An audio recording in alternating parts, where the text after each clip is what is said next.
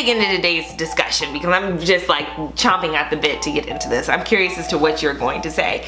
My cousin posts on Facebook all these thought-provoking questions, and a lot of them have to do with relationships. Her question this week was, your partner explains they do not like the way you have sex with them.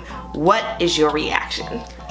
Your immediate reaction, and this is I thought, is how did they tell you that sex with you sucks? Right. That is the first and immediate they thing. They don't like it. Look, like, you know, like, okay. You're not laying down the pipe for me correctly. So that's what I'm saying is, right. How did this conversation get communicated? Because if it was one of those where, hey baby, let's just sit down. You know, for the past few months, I've really been struggling with our sex, and I want to try something different. I haven't really enjoyed it, and I would like to try some new things, or can we practice? If you have that kind of conversation, I think it can be received very well. But if you come in and sit down and be like, baby, like our sex sucks.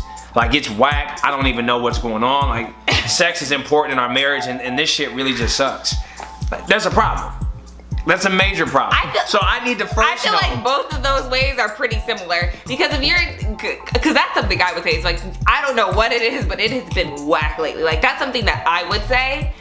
But again, I would say it nicely. It's how you say it. That is the most important. But if it's out of spite, if you're fighting and it's like, that's why our sex sucks. Like, yeah, that's obviously uncalled for. But like, so if I sit you down and I say, you know what, Justin, I love you and I think our marriage is going well, everything's good, but like I'm struggling with our sex, like you're just not laying down the pipe. Like it's not going well. Yeah, I'm not enjoying that is a very healthy conversation to have. Right. But what is your reaction? It was communicated in a poor way. I'm gonna be offended immediately, and then I'm gonna just pull out stones and start firing as fast as I can about everything. Well, that's why you're just gonna come with, all you're gonna do is just come with heat because no one wants to be told that their sex isn't good. Right. So you're immediately defensive. But if it comes down and it was communicated in the appropriate way, I would still be offended because again, nobody wants to be told that their sex game isn't right. But then it's like, okay, well, what can we do to make this better? And so I would take that, again, even though I would be offended either way, I would then say, okay, well, what don't you like? What do you want more of, or what do you want to try? And then I would hope you would have an answer. Because if I then communicated this vulnerability saying, you just told me that my sex sucks, and I ask you, what do we need to do better? And you don't have any answers, I'm going to be real upset too. Well, because you might not have a solid answer. You could just feel like something's missing. Like, you know, I feel like that's the start of communicating about it, right? Maybe you don't have all the answers, but it's like, hey, maybe we can work on this together.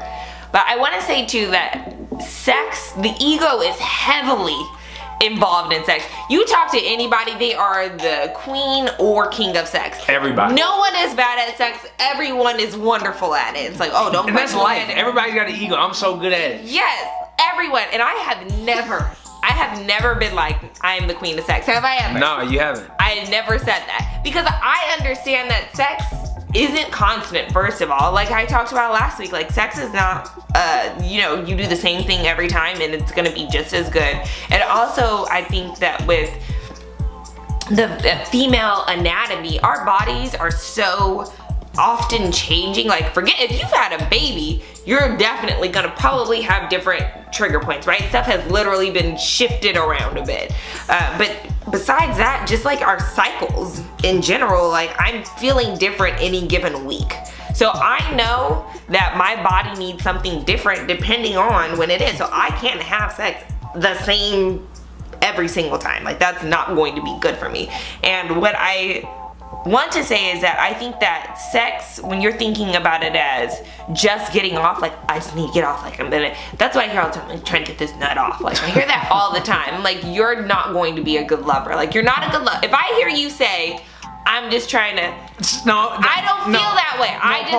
Pause. If you're saying that and you're not if you're saying that in a committed relationship, no, you're not a good lover. But if there are people who are single who are really just trying to get that, that's two completely different things. I'm talking about right now relationship. Okay. We're in relationship territory right now. So people in relationships are saying, I'm trying to get this nut off? Right. Who? Like I'm just trying to, I'm not. Oh, okay. I was like, if you are saying that, run. If your spouse is saying that, run. Right. Or your whomever, your partner, run. Yeah, that's awful. So like that's not good sex to me. Like I feel like good sex is about connection, right? it doesn't have to be tender loving every time. We've discussed this, but just like checking in, like making sure you're good. Not like, hey, is that okay? Does that feel nice? Not that, but just like, I don't know, become one.